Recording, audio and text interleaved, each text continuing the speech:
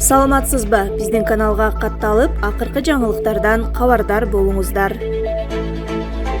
Азыркы министрлер кабинети бир топ кесипкөй кадрлардан куралды. Мындай пикирин Улуттар биримдиги партиясынын төрагасы Мелис Мырзахматов Маралдын эфиринде билдирди. Анын айтымында учурда кырдаалуу оор, каатчылык кризис бир эле Кыргызстанда эмес, дүйнөдө болуп жатат. Аны ар кайсы мамлекет ар кандай түрдө кабыл алып өткөрүп жатат. Ал кризис бизди да кыйгап өткөн жок, кырдаалуу оор. Ушундай шартта 4 миллиардтаган сумманы аткаруу кыйын. Бирок мен калыс сөзүмдү айтсам, мурдагы өкмөттөргө караганда азыркы өкмөт бир топ профессионал кадрлардан куралды. Бардыгын эле жаман деген болбойт, бардыгын сындап отурган болбойт. Азыркы өкмөттүн арасында чыныгы профессионалдар да бар, жаштарыбыз да бар. Баштала электе эле сындабай ниет кылып туралы, деди ал. Ал оппозиция бийликке карата конкреттүү, альтернативдүү программалардын, экономикалык моделдин аянтчасы экенин, тең тайлашуу, такмазачылыкты кое туруу зарылдыгын белгиледи. БШК Ата Мекен партиясындагы талапкерди каттаган жок. Борбордук шайлоо комиссиясы 24 октябрдагы жыйында Ата Мекен партиясынан жогорку кеңештин депутаты болууга талапкерлерден бирин каттоодон баш тартты.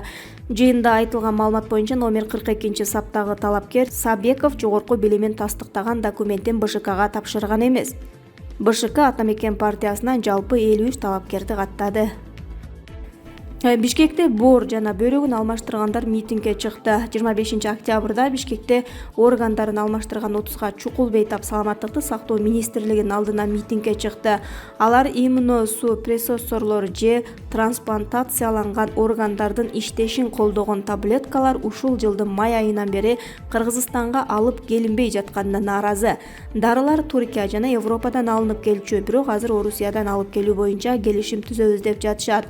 Биз Орусия өндүргөн дарыларды алгыбыз келбейт. Анткени анын терс таасири көп жана биздин алмаштырган органдарга терс таасирин тийгизет. Бул жерде биздин укугубуз бузулуп жатат, дейт бейтаптардын бири. Учурда бейтаптарды министрдин орун-басары Жалалиддин Рахматуллаев кабыл алууда. Министрлик тендер улам кийинкиге калтырып отуруп, дары алып келүү кечеңдеп жатканын белгилөөдө. Кыргызстандагы бөйрөк кемтигинен жабыркагандардын маселеси гемодиализ жабдуусуна байланышкан. Өлкөдө трансплантация көп жасалбагандыктан бейтаптар 30-40 миң доллар топтоп чет өлкөлөргө барып операция жасатууга мажбур болот. Мурдагы вице-премьер-министр Айда Исмаилова өкмөттө иштеп турган былтыркы август айында боор илдетине чалдыккандарды керектүү дары-дармек менен камсыз кылууга убада берген. Аткаруу бийлиги Индиядан баасы $3 дарын алып келүүгө шарт түзүп бермек. Кыргызстанда анализдер кымбат болгондуктан көбү боор алмаштыруу үчүн чет өлкөгө барып операция жасатат. Булак Назар Ньюс. Октябрь райондук ички иштер бөлүмүнүн башчысы УКМКнын тергөө абагына киргизилди. Бишкек шаарынын Октябрь райондук ички иштер башкармалыгынын башчысы Уланбек Алиев соттун чечими менен үстүбүздөгү жылдын 21 декабрына чейин камакта калтырылды. 1-Май райондук сотунан билдиргендей, соттун 2021 жылдын 23 октябрындагы токтому менен Алиевдин баш коргоо чарасы аныкталды. Эскерте кетсек, прокуратура тарабынан Бишкек шаарынын Октябрь райондук ички иштер башкармалыгында кыйноо, опузала пара алуу жана кызмат абалынан кыянаттык менен пайдалануу фактылары аныкталган. Тактап айтканда, ички иштер башкармалыгынын айрым кызматкерлери мыйзамсыз пайда табуу максатында алдын ала сүйлөшүп, кызмат абалынан пайдалануу менен сотко чейинки өндүрүш иштери боюнча А.Т. аттуу жарандык камакка алуу шылтоосу менен ага карата моралдык жана психикалык кысым көрсөтүшүп, анын көп балалуу жалгыз бой эне болгондугуна карабастан өз максаттарына жетүү үчүн аны кайра негизсиз ички иштер башкармалыгына чакыртып, опузалап, өзгөчө ири өлчөмдө пара талап кылышкан. Бул фактылар боюнча Жазык кодексинин 143-беренеси, 320-беренесинин 2-бөлүмү жана 326-беренесинин 2-бөлүмү менен сотко чейинки өндүрүш иштери башталган. 2021 жылдын 21 октябрында Аскер прокуратурасынын тергөө тобу тарабынан Октябрь райондук ички иштер башкармалыгынын башчысы Уланбек Алиев, тергөө кызматынын мурдагы орун-басары Талгат Кубатбеков жана тергөөчү Айсул Рамазан кызы Жазык процесстик кодексинин 98-беренесинин негизинде кармалып, УКМКнын убактылуу кармоочу жайына киргизилген. Учурда сотко чейинки өндүрүш иштери боюнча тийиштүү тергөө амалдары жүргүзүлүүдө. Булак Назар Ньюс. ызы-чуу чыккан. Тажикстан эмне себептен электр энергиясын бербей калганы айтылды. Энергетика министри Доскул Бекмурзаев Тажикстанда ызы-чуу чыгып кеткендиктен Кыргызстанга электр энергиясын экспорт кылуу токтотулганын журналисттерге билдирди. Тажикстандан электр энергиясын алуу боюнча маалымат чыккандан кийин аларда дагы ызы чуу чыгып кеткен. Анткени аларда дагы саясатчылар бар. Биз электр энергиясын 4 эле күн алып жетиштик, деди Бекмурзаев. Ошол эле учурда алар Тажикстан менен келишим түзүүгө үлгүрүшкөн эмес. Октябрдын башында энергетика министри 1-октябрдан баштап Кыргызстан Тажикстандан электр энергиясын алып баштаганын билдирген. Бирок бир нече күндөн кийин коңшу мамлекет Бекмурзаевдин билдирүүсүн төгүнгө чыгарган. Бүгүнтөн тартып Тажикстандан электр энергиясын ала баштадык. Кечээ алар өздөрү телефон чалып, электр энергия керек болсо берели деп сунуш кылышкан. Бүгүндөн тарта күн сайын 1 миллион киловатт-саат электр энергиясын ала баштадык.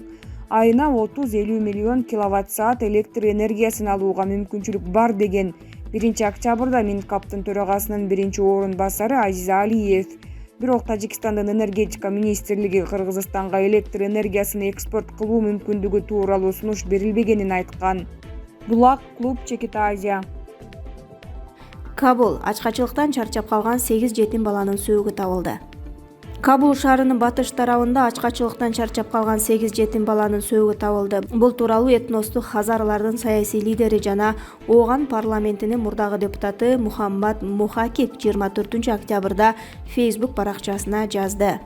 Мухакиктин билдирүүсүнө ылайык, балдар Кабулдун 13-кварталынын айланасында 3 жума мурун чарчап калган. Анын айтымында балдардын сөөгүн жергиликтүү молдо жана райондун тургундары жерге беришкен.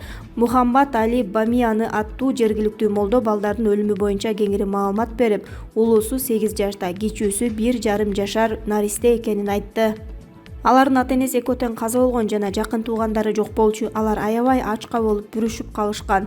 Талип өкмөтү бул боюнча азырынча комментарий бере элек. Бириккен Улуттар уюму эгер гуманитардык жардам тез арада берилбесе, оогандар массалык ачарчылыкка дуушар болоорун эскерткен. Бириккен Улуттар уюмунун агенттиктери кыш жакындап калгандыктан 18 миллиондой оогандык тамак-ашка жана баш калкалай турган жайга муктаж экенин билдирген. Эл аралык жардамды жеткирүү август айында талиптер бийликти басып алгандан бери дээрлик токтоп калган. Буга чейин Бириккен Улуттар уюму оогандыктар азык-түлүк кризисине туш болуп, ачкачылык алдында турганын эскерткен. Уюмдун Ооганстан боюнча чабарманы Дебора Лайонс талиптер Кабулда бийликти басып алган соң токтотулган каржылык агым жандандырылбаса, өлкө экономикасы кыйрашып мүмкүн экенин айткан. Булак pk.kg. Өкмөт 5 жылда өлкөнүн энергетикалык коопсуздукка жетээрин убадалады. Алиевдин айтымында энергетика сектору Советтер Союзундагы запасты колдонуп келе жатат. Негизги жабдуулардын 60-70% эскирген. Кыргызстан 5 жылдын аралыгында энергетикалык коопсуздукка жетишет. Бул туурасында министрлер кабинетинин орун басары Азиз Алиев парламентте билдирди. Учурда депутаттар аткаруу бийлигинин күз-кыш мезгилине даярдыгы тууралуу маалымат угуп жатат.